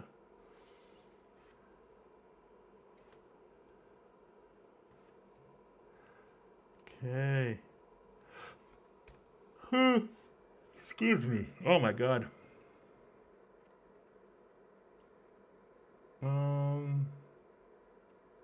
I like it. I wish she would have pointed her feet, but it's okay. So there's probably a little bit of work I need to do. Number one here, the ground with the gold on it. Let's see if we can fix that a little bit. Yeah, so the tarp with where we painted her was on you know, on this side. So that's how she walked in and out. Okay, so there is, I think she, I don't know what she did here. We might need to fix this a little bit. Let's see what the tool does here. I'm not sure, honestly, if that is gonna look good. The AI tool does a nice job on the floor. It does. It also does a really nice job on skin to like make it look smoother. Or not. Let me do it like step by step. I feel like this is a little too much. It's trying too much to clean it up. So I'm gonna do smaller steps. See, I do like the way you can see like the different shading of the gold. So how about I just do a smaller brush size and just say, hey, fix this line instead of the whole thing. Because I want to keep the basic. Like this is good. All right, let's try that. But yeah, the AI tool is pretty impressive. It's pretty impressive. All right, this one more, and I think then it's good.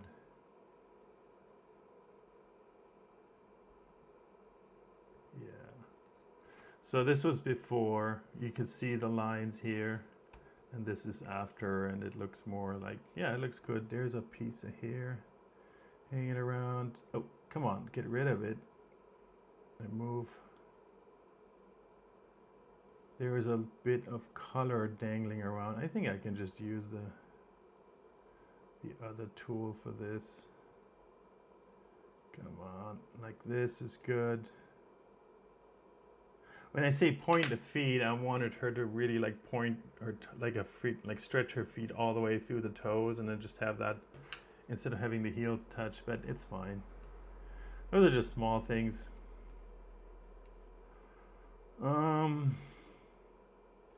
I don't like the shorts in this one here, but if I start editing it, it's gonna look weird. Like it's gonna take away the line, and then it looks like she's not wearing shorts, so we're not gonna do that. It's fine that way. Okay. That's pretty good. That's pretty good. I'm loving it. Oh, there's another one. Why do I have two of them? I only need one. And then what is this one here? She's leaning back, looking back to the camera. Interesting. First of all, let's do the ground thing. Then we're going to try to get rid of the gold paint on the ground. Let's see what the tool does for me. Automatically. Remove.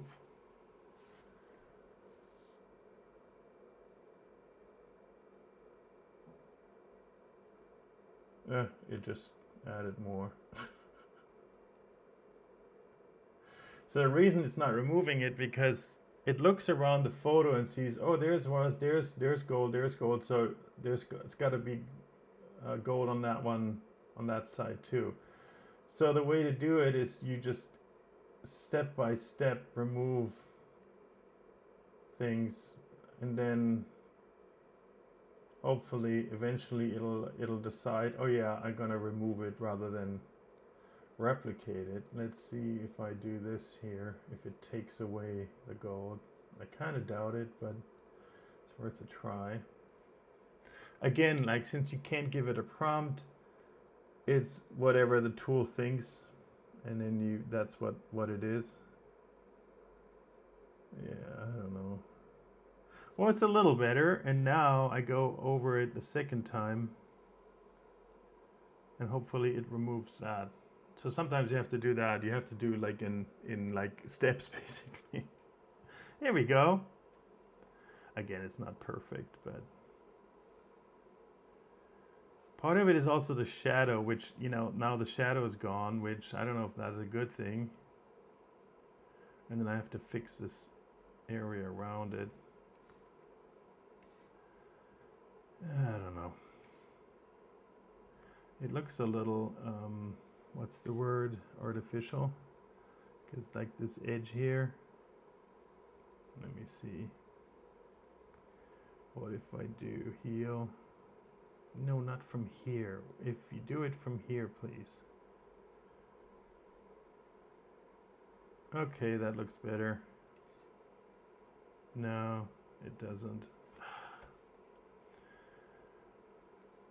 Yeah.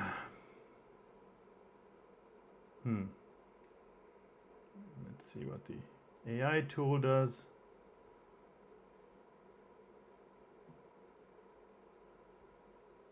Okay, it's a little better.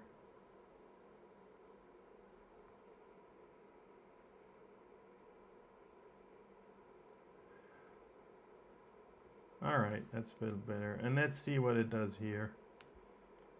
It's probably going to remove the gold now. You know, remember in the beginning it just didn't, because it was like, no, there's supposed to be gold. Let's see what it does now. And that's kind of my least favorite part of photography, like this kind of editing. It's like, it's just boring, right? See, now the shadow's missing, so yeah.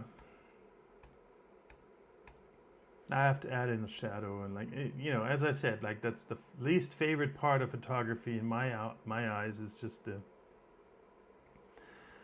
it's this kind of editing thing is not creative. You're just fighting the tools to kind of clean something up, and you know. All right, but I'm happy I have them, because otherwise it's a lot more work to do it manually. Are you using a large monitor? I have 3 monitors actually. I can't show you my setup, can't turn the camera around. So I'm working on a MacBook Pro 16, so I have a 16 inch, that's my main editing window, and then I have a large, almost 30-inch monitor above it, where I'm running like a web browser and right now the streaming software, and then I have a little, I can't show this, a little vertical monitor.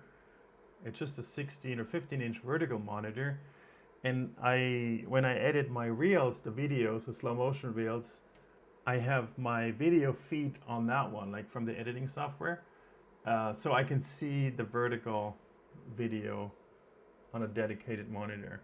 So yeah, 3 monitor setup. What software are you using? Oh, I should have said that, sorry. This is Adobe Lightroom. It's very much a photographer specific editing tool. So it's designed to work with raw files from digital cameras. All right, let's see. This might be dangerous to do, because if we get rid of that fabric there, it might look like she's not wearing anything. And we don't want that. This is actually good. It's a little better than the original.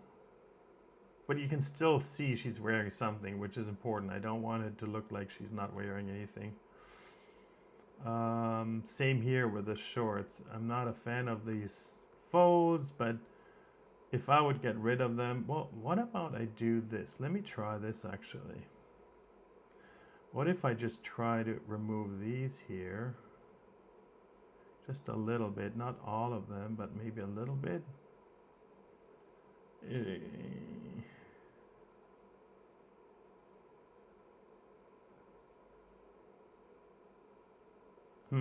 I don't know if it's improvement. No. Nope, not good. All right, no, this is pretty good. I can crop a little more from the bottom and top. And this is good to go. We're gonna copy paste the settings from here to here. Here we go.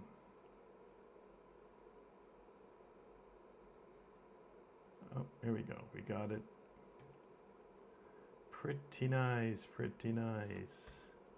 Where is that mask? We can get rid of that.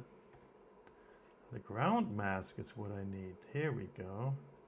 See what a difference it does? Like, I'm just gonna hide this. Like, this is the original photo, like, well, original, but you know what I mean? And then this is one with the, I don't know, it just adds, just makes it, everything look better. Okay, so, oh, I like this one, looking back at the camera. You know what I just noticed? If we look very close, the camera was shaking a little bit. There's a little bit of an what's it called? Motion blur in it. So what I'm gonna do is see if there's another one. Let me see what my shutter speed was. Oh, 125. Yeah, that's sometimes not enough. It's still a little blurry. It's also a little bit blurry. Why did I shoot it that way? Dang it. Now I'm mad at myself. Well, it's not the end of the world, but it could be sharper. That's what I'm saying. There is a tool to remove motion blur from a photo. But I don't know tools.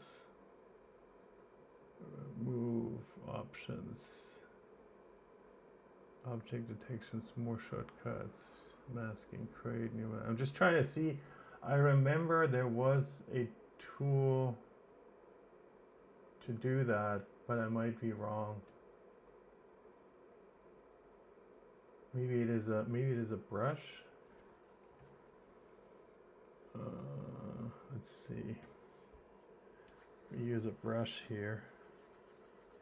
Is there a motion blur thing? More sharpness. No. Curve, point, color. No. No. I swear there was a tool that you can remove motion blur. You know what?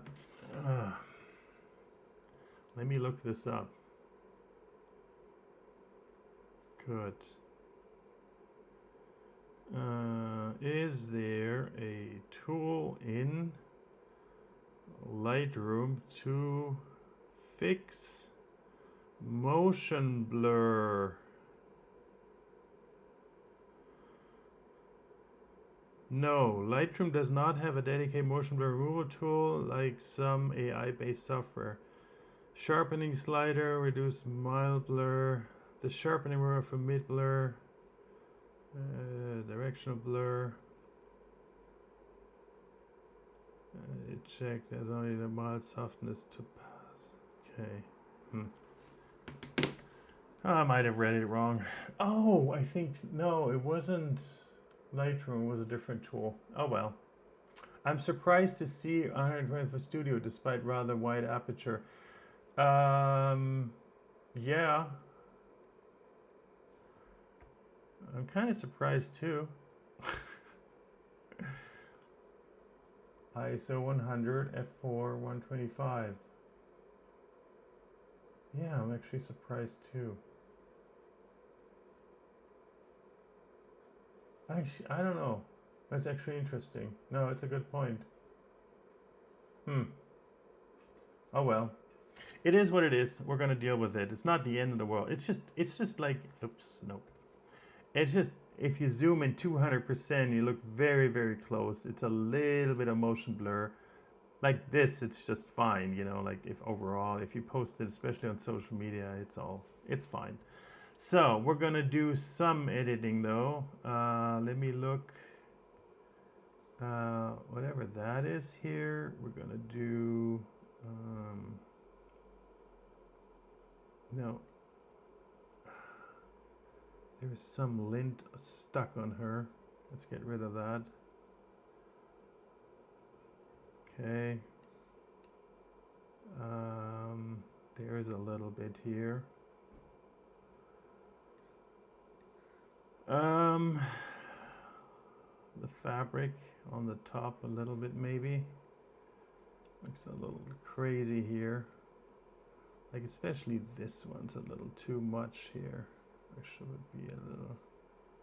I don't mind like a single, like an edge or something, but not like this whole like folding. And then the underside of the underside of the fabric isn't like this shiny material. It's a dull material, so it doesn't look as good. Oh, that's actually pretty decent. Thank you, Lightroom. That works perfect. I'm happy with that. Let's fix this tiny little thing here, and then we're good to go. Super happy with the top already. See, I don't mind that there is one edge, so we can tell, like, okay, she's wearing something. And then let's try to fix the pants here, especially this part here. Let's see what it does here. How do you avoid paranoia of being perfect when editing? You know what yeah. Honestly, I'm just a not very patient person. So after like 2 hours of editing, I'm like, oh, screw it. Like I can't do this anymore. And I know I'm getting to this point. I know I have to get all the photos done. So I try to edit like what other people would consider maybe like 80 to 90%, right? And then like, okay, good enough. I don't need to get every detail right. I think it's totally valid to edit like to perfection, whatever that means, right? When you have one photo that goes like, that's going to be an advertising poster or something like that, right? If you deliver 1 or 2 photos, maybe 3, you make them perfect, like 3 different poses.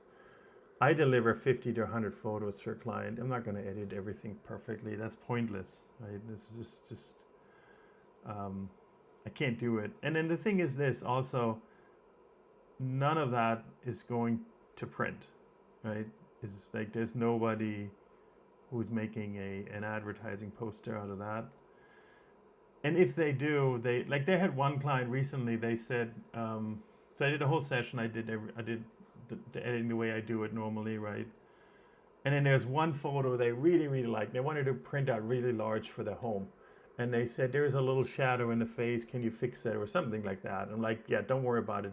Now that I know you're going to print it large, I'm going to like spend a little more time editing that photo, make it perfect. And I did. I spent like 2 hours on that photo, just looking at every little detail and, you know, really spend time. It was one photo, right? And I didn't charge them extra for it because I feel like that's kind of my part of my service as a photographer. If there's one like hero shot, I'm going to make that look really good. There's no extra charge for that.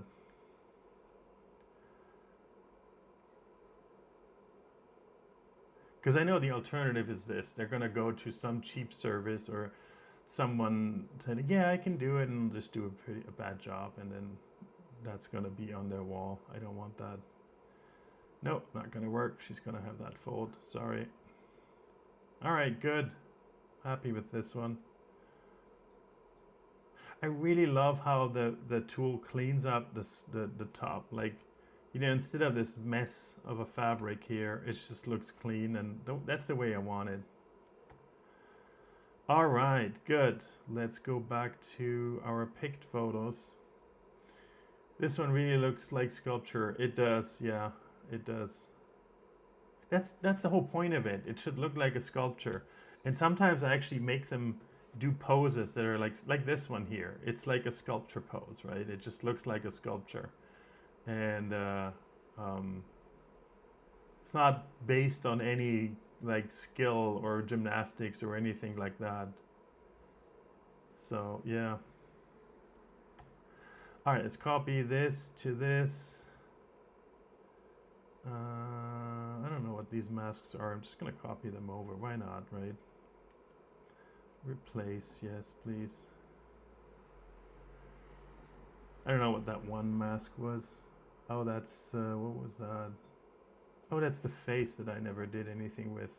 Okay. No. Let's see, in terms of editing. Oh, she had her arms out. I'm just like, why did I pick two? But it's actually a different photo. Okay. All right, let's do it one by one.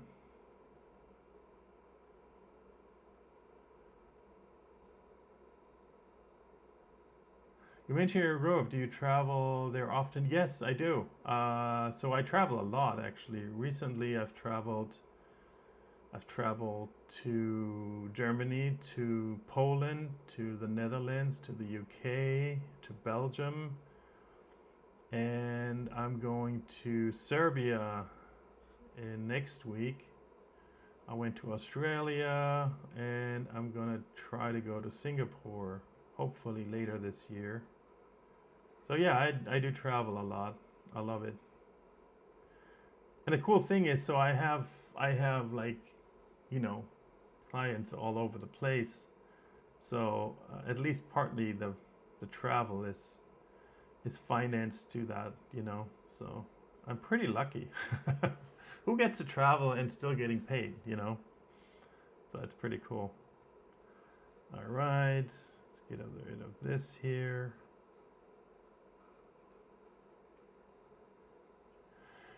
Do you use print service professionally, or do you rarely even clients said it? Yeah, so I don't print anything for clients. If they want prints, I recommend just go to a print lab. Like there's online labs that do a good job. You just send it in and you get your prints. I don't want to deal with it because it's not my expertise. It's not something I do personally. I don't have a printer. I'm not making money with that. So there's really no point in me. Oh, where's my brush? So there's no point in me going to a lab, printing it out, sending it to them, and charging it. Like it's not a good use of my time. I hate it, you know. So no, I don't offer prints at all. And it's so rare that people are printing or asking for something. Like literally, they just like everybody wants it just for their social media, or just for themselves, like as a memory. There's plenty of clients that never post anything. They just want it for themselves. But we're all looking at our photos on screens now. You know, whether it's laptops or tablets or phones. We're not printing out. Almost nobody's printing out photography to keep it, right? So only the very, very few that are hung up on the wall, and it's just like rare. I try to offer it. I try to offer like high-end prints just as an option, right? If you want to print something, let me know. I have a few labs that are really good, and I want to make sure that you get the top quality, blah, blah, blah. And it was just nobody really did it. So yeah, stopped offering that. Okay, so we need to do something about the background here. Background. There we go. That's gone. Well, this again is kind of like a sculpture shot. It's really not that difficult to do. I wish, yeah, I can't go back and reshoot it. I feel like I'm shooting a little too high, like I'm shooting up, like I'm looking down, like I'm looking up her nose rather than being with her. Camera was a little too low, but whatever. It is what it is. Okay, let's fix the top a little bit here.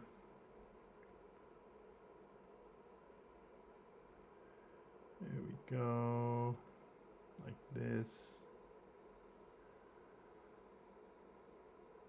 Okay, this is my favorite shot. Looks like a golden trophy. Yep, I agree. I love it. Here we go. That's good. Nice. God, I hate these shorts. I mean, they're not bad. They're just not... whatever. It's fine. I'll just edit it. Too late.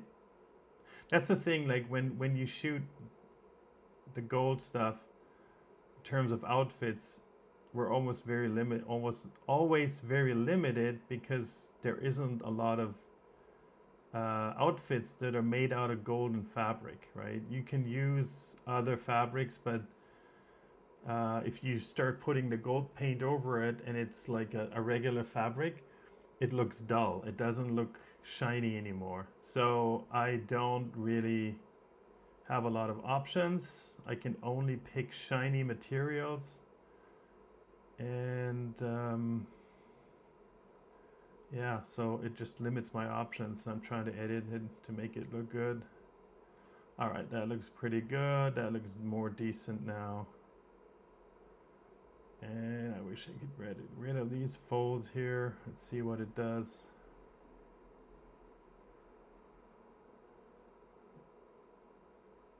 Yeah, that's better. It's still trying to keep the... Oh, here we go. All right, this is good. Maybe these last ones here. It's just like now I'm getting to the point where it's like tiny little detail. It doesn't really matter that much. No. Well, it made 1 out of 3. Good enough.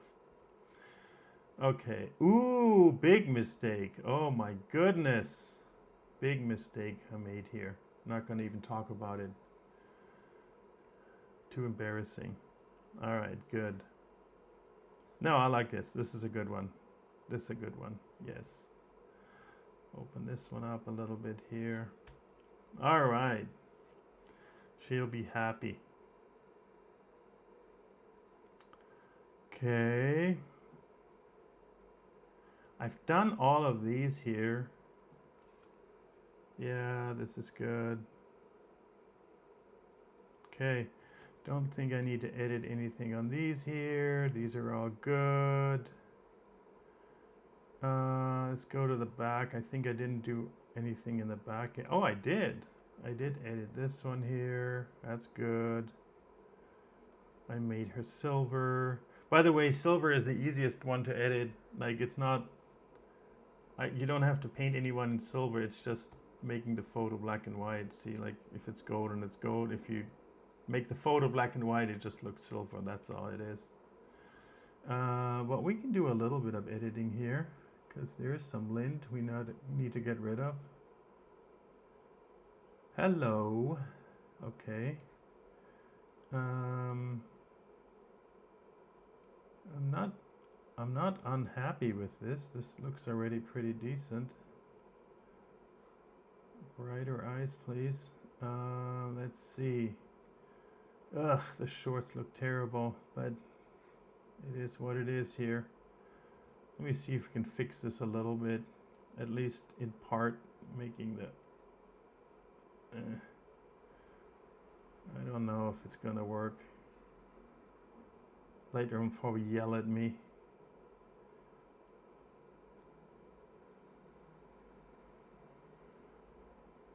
Just make it smooth. Nah. Oh, that's better. It looks a little fake now. It looks too big. Oh, it is. It is that way. Well, not really. No. Cancel. What does the third option look like? No, it doesn't look real. It looks kind of fake. It looks like a diaper. Yeah, I'll deal with this later. Let's look at the rest. Here is something I need to do.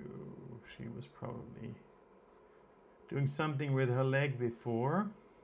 Let's see what it does.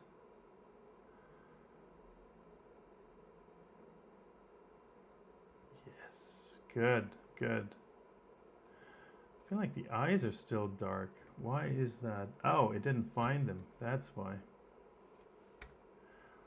Then we have to do this manually. Face, didn't do that. Black, nope. All right, let's zoom in. See how the eyes are like just black dots. Here we go. That's better. All right, good enough, good enough. Here's the gold version of it.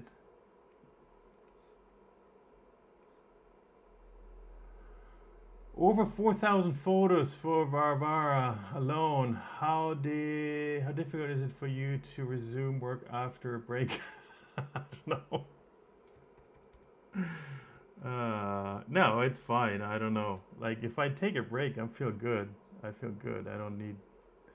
That's not the problem. I finished her session finally, and so she's got all the photos now. It just sounds crazy because I'm shooting in burst mode most of the time because I just don't want to miss a moment, right? And there's so many things where they just do it really quickly, like especially when we were shooting like out in the open later, like after the studio. It's just, yeah, I just shoot in a lot and just go through them.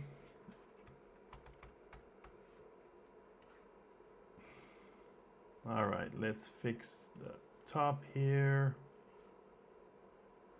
I don't know if that's gonna work.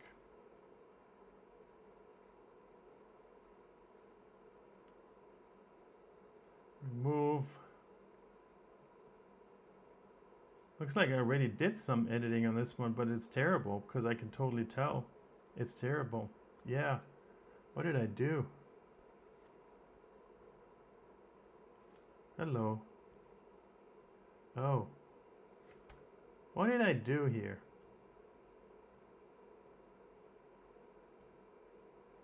There is something I did and it looks terrible. Hello, what did I do?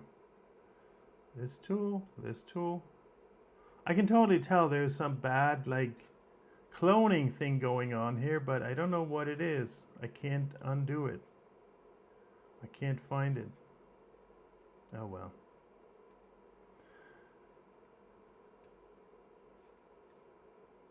And I think the other thing, let me look at this subject. She needs to be a little more like that.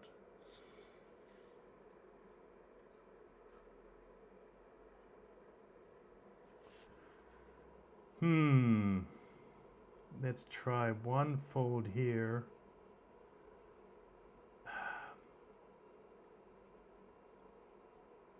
I don't know why the clothing is bothering me so much. I just don't want it to be distracting. And so, ugh, terrible, terrible. No, it's just not working. Whatever, I'll give up. It's just not worth spending so much time on this. You know, it's just a small detail. Okay, so, and what was the last? That was the last photos. There's a silver version of her here. That's good. I like that one. Here's that one. I think I did most of the editing on this one here. DJ. What? Oh yeah. No, it's all good. Okay, this one's decent. All right, I think I'm good. I'm gonna take a break now, get something to eat because it's time for me to get some lunch. It's already late. Thanks so much for watching. Oh, we've been going for 2 hours. Thanks so much for watching. I might be back a little bit editing some more after my lunch break. So you want to stop by, feel free. Okay, bye. Thanks, everybody. See you later.